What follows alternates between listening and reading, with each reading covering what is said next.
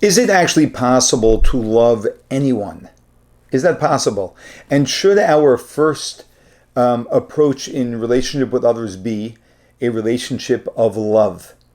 Or is there some other form of relationship that needs to begin as a foundation for love, such as respect? And how does God command us to love? Like God commands us, "Ve'ahavta l'reacha kamocha," love your fellow as yourself. In that verse, it actually is referring to your fellow, which we know it throughout the Torah refers to your fellow Jew. But how can we command someone to love someone else? God also commands us to love God. It's part of the Shema prayer. How does that work? Can you just command someone into loving someone? And how do we determine who we have an obligation to love? There was a very interesting conversation that took place between Lex Friedman and Ben Shapiro, both two Jewish guys, and one more engaged in Judaism, one less. Both very highly intellectual people. And what's interesting, I've observed from listening to Lex just a few times, is that he has a very strong passion for bringing more love into the world.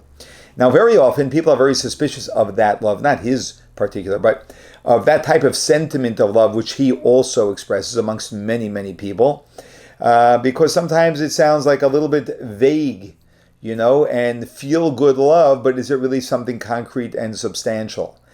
And that is sort of part of the conversation that went on between him and Ben Shapiro. Interestingly, I do love Lex's entire demeanor. He's very soft-spoken, very thoughtful, very insightful, very intelligent, and at the same time is an advocate for a better world. Which is beautiful. We should all be advocates for. The question is how to get there. And this conversation actually sheds some light on that, and I want to shed some light on their conversation. So let's just watch a couple of minutes of this conversation, and I'll tell you what I feel about their conversation. You could have love for other human beings just based on the humanity that connects everybody, right? So you love this whole project that we're a part of. And actually, sort of another thing we disagree on. So loving a stranger, like having that basic empathy and compassion towards a stranger, even if it can hurt you, I think is ultimately that to me is what it means to be a good man, to live a good life, is to have that compassion towards strangers. Because to me, it's easy and natural and obvious to love people close to you. But to step outside yourself and to love others, I think that's the fabric of a good society. You don't think there's value to that? I think there can be, but I think we're also discussing love almost in two different senses. Meaning that when I talk about love, what I think of immediately is the love I bear for my wife and kids, or my parents, or my siblings. What about friendship? Or the love of my close friends. Yeah. Okay, but I think that it's that using that same term to describe how I feel about strangers, I think would just be inaccurate. And so that's why I'm suggesting that respect might be a more solid and realistic foundation for the way that we treat people far away from us or people who are strangers. Respect for their dignity, respect for their priorities, respect for their role in life. It might be too much of an ask, in other words. There might be the rare human being who's capable of literally loving a homeless man on the street the way that he loves his own family. But if you respect the homeless man on the street the way that you respect your own family, because everyone deserves that respect, I think that you get to the same end without forcing people into a position of unrealistically expecting themselves to feel a thing they don't feel. One of the big questions in religion that comes up is God makes certain requests that you feel certain ways, right? You're supposed to be bisimcha, you're supposed to be happy about certain things, or, you're... So Lex says at the beginning of the conversation, love others even if it can hurt you. Isn't that what makes someone a good person?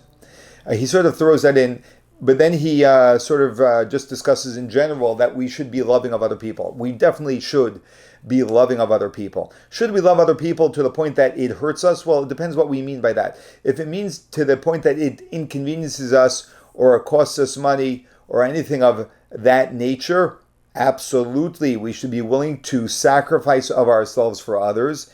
And that is often the greatest expression of genuine love. But if it means that I actually let someone hurt me, take advantage of me, that is actually not productive. It may feel productive on my end, but loving someone where someone else takes advantage of me creates a very unhealthy relationship and does not serve the world.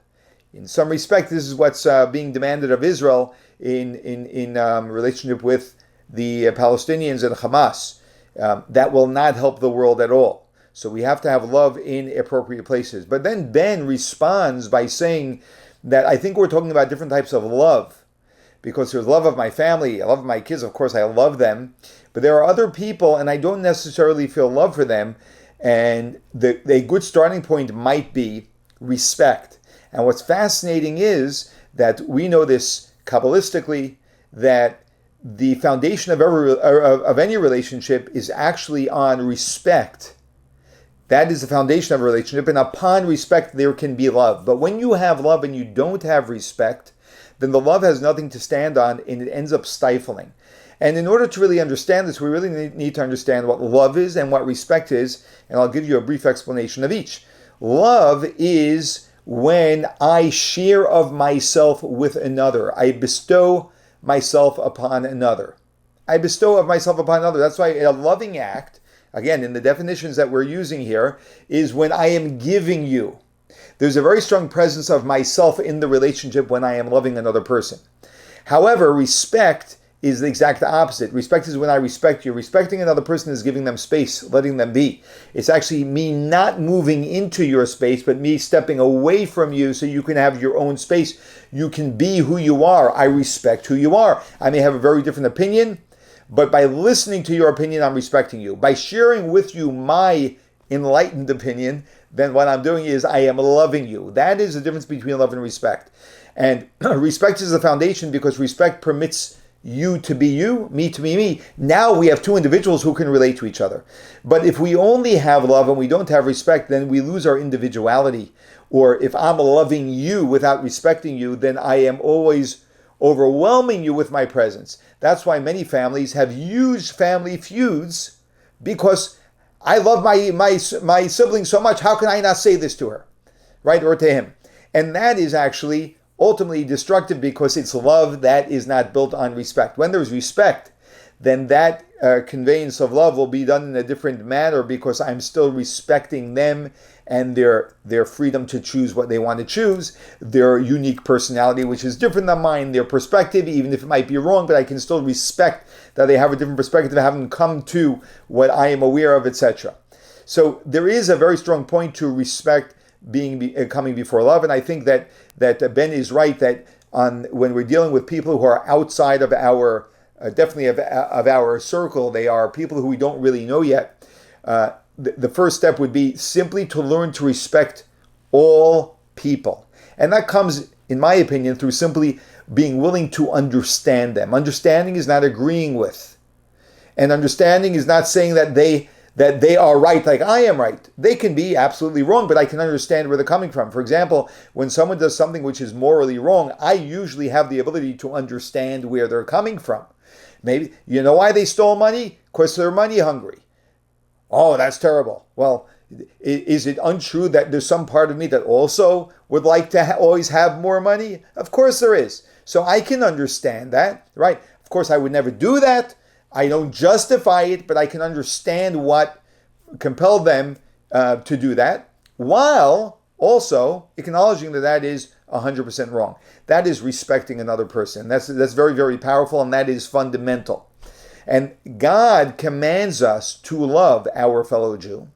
God commands us to love God, but how can you command someone to have an emotion? Well, and this is very, very valuable, that the reason why God commands us is because emotions are actually created. That means we get to create our emotions. It's not easy. Many people very infrequently create their emotions, but we have the ability, and the more we exercise that ability, the more actually our emotions get into check and we become healthy and healthier people. And the way we create emotions is simply by our thoughts. The way we think and perceive things is the way we feel about things. That's why children will cry over the loss of a candy, and an adult won't, because the child, their entire world, so to speak, is that candy. That is everything to them. If they lost a $100 bill, they wouldn't cry because they don't appreciate that value. But we have an appreciation for a $100 bill much more than we do a candy. We'll cry over the $100 bill. We won't cry over the candy. So that just shows you when our perspective is upgraded, is increased, we start valuing different things. This is also the reason why it's fascinating that we find that some people are the happiest people in the world, even though they have very little. They've upgraded their perspective so much that they realize that what is valuable in life is what's going on within me, right? What's going on, what I'm experiencing in my inner world, not what I have outside of me. If someone can really embrace that, then someone can be super content, happy, fulfilled, a very strong presence in this world, and they and even though they may not have been blessed with a lot of physical abundance. And at the very end, there's a comment that Lex makes, which I think is a very valuable comment. And I think that he was sort of chiding Ben because he's not happy about Ben's conduct on Twitter or X. So he tells me that I believe, Lex says, that this instruction that God gives us to love your neighbor extends to anyone who follows you on Twitter. God anticipated the social network aspect, is what he says. Now, Ben sort of pushed back on that, but actually, Lex is bringing out a very good point. And that point is that whenever by divine providence, that God coordinates that we have some form of interaction with another person, that is meant to be. That is divinely intended that we have that relationship and we bring something to that relationship. And you know what? Sometimes it's just a little bit of love, right? And at least a little bit of respect. So whenever we find ourselves interacting with another person, that's not random, it's not coincidence. There is no such thing in this world. It's all coordinated with divine purpose. And that means I have a divine purpose in an interaction with this person. Again, that doesn't mean that Ben should be agreeing with everyone who writes things to him on X, of course, but it does mean that respect and love are in order. I have a divine connection with this person, maybe very minimal and shallow, obviously, in such an interaction, but it's something there, and I can give them something beyond just the message I'm going to give them, and that is the attitude in which I interact with them and embrace them.